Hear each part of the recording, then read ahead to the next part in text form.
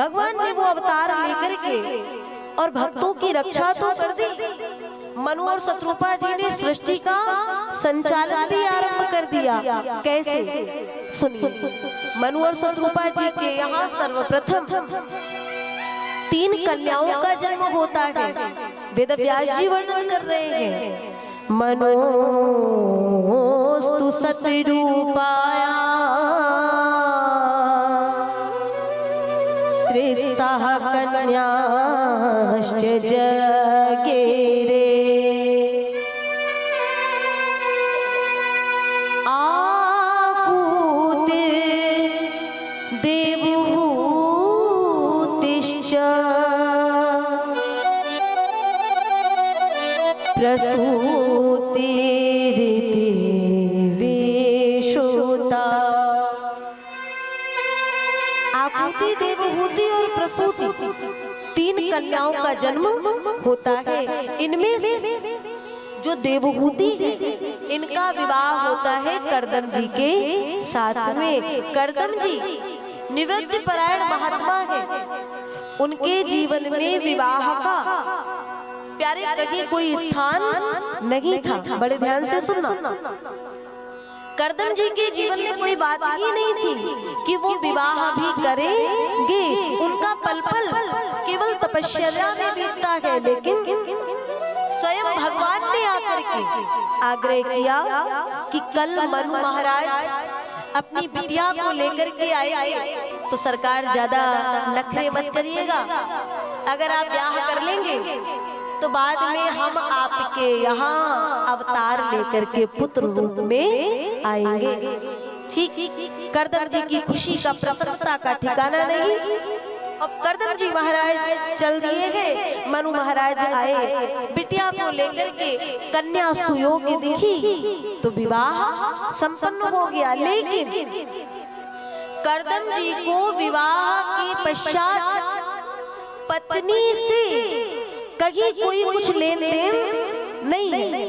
देवहूति जी अपने पति की सेवा करते करते माता देवहूति का शरीर जर्जर हो गया, वृद्धावस्था, बुढ़ापा आ गया।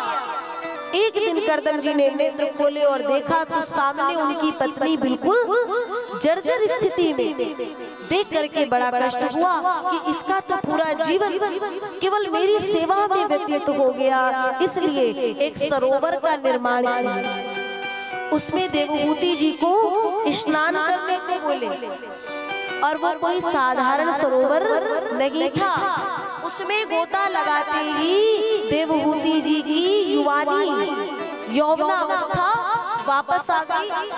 और उसके पश्चात फिर ये गृहस्थाश्रम में जब आए तो इनके यहाँ 9 कन्याओं का जन्म हुआ। और मुझे लगता है वो 9 कन्याएं कोई और नहीं, ये नौधा भक्ति है जो अपने जीवन में ये नौधा भक्ति को उतार लेता है। बाद में उसके यहाँ भगवान का आगमन होना ही होना है। कौन सी नौधा भक्ति?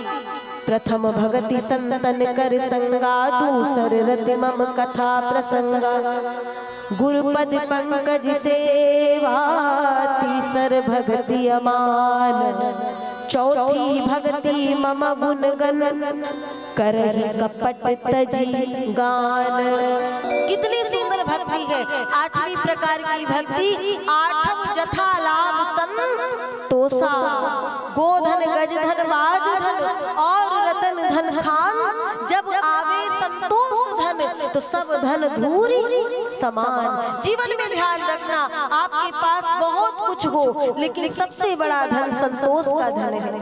इच्छाएं प्रबल है, बढ़ती जाती है, जीवन में संतोष आ गया तो उससे बढ़कर के दूसरा और कोई धन हो ही नहीं सकता। और ये 9 प्रकार की भक्तियां जब आ जाती है, जैसे करदम जी यहाँ कन्याओं के रूप में आई और करदम जी की इन्हीं 9 कन्याओं का विवाह ब्रह्मा जी के 9 मानस पुत्रों से संपन्न हो गया। और इन्हीं 9 कन्याओं में एक बहुत बड़ी सती हुई है जिनका विवाह अत्रि जी से होता है और उस कन्या का नाम था सती अनुसुईया, जिन्होंने ब्रह्मा विष्णु महेश तीनों देवताओं को अपने यहाँ पालने में झुलाया। अच्छा क्यों झुलाया था पता है ना? क्यों? ये देवियों को अभिमान हो गया था कि हम तो बहुत बड़ी पतिव्रता है और नारद का काम है चिंगारी लगाना। नारद जी ने कह दिया था आप पतिव्रता है लेकिन महान पतिव्रता नहीं, महान पतिव्रता तो वो है। अब तुरंत देवियों के मन में ईर्ष्या आ गई। कौन? अनसुईया जी। तो अपने अपने पतियों से कहती हैं जाओ और जाकर के जैसे एक माँ अपने छोटे से बालक को स्तनपान दुग्ध पान कराती है, वैसे जाकर के अनसुईया जी से भिक्षा मांगो। भगवान ने कहा देवियों इस कार्य में भलाई नहीं है, मान जाओ। लेकिन देवियां कहाँ मानने वाली? तो भगवान ने कहा तो मैं जाऊं? जाना ही पड़ेगा। यदि हमसे प्रेम करते हैं तो आपको ये कार्य करना पड़ेगा। भगवान बोले आगे कुछ हुआ तो? बोले कुछ नहीं होगा, हम सब संभाल लेंगे। ठीक, भगवान चले गए। भिक्षा मांगी, माँ ने देखा, कहती प्रभु वो भिक्षा कैसे दे इस रूप में? तो इसलिए हाथ में जल ली और सत्यत्व के मंत्रोच्चार को लेकर के जैसे ही छिड़की ना, तो उस शक्ति से इतने बड़े बड़े देवता नेक नेक से लाला बन गए। और तभी संतों ने गाया माता अनसुईया जी ने डाल दिया पालना और झूल रहे तीन देव बन करके लालना। अब बड़े दिन हो गए, मैयाओं ने देखा पति देव नहीं आ रहे, खबर नहीं लग रही है। खोज करने निकली। अब रास्ते में चली तो मार्ग में नारद मिल गए। अरे ओ नारद! नारद जी ने देखा माँ आप सब एक साथ कहाँ प्रणाम किए, हमारे पति का ये बताओ, तुम्हारे पति की खबर तुम जानो? नारद तो नारायण नारायण भजने वाला, आपके पतियों की खबर हम काय को रखे? बोले ये सब तुम्हारा किया धरा है, न तुम कहते ना हमारे मन में ईर्ष्या होती। नारद जी कहते हमने थोड़ी कहा था कि ईर्ष्या करो, हमने तो सच्चाई बताई थी। आपसे वो पची नहीं, जहां आपने भेजा होगा वो वहीं होंगे। सुनिए, देवियां आ गई, माँ से कहती है हमारे पति यहाँ आए हैं क्या? माँ ने कहा नहीं, इतने बड़े तो कोई हमारे यहाँ नहीं है।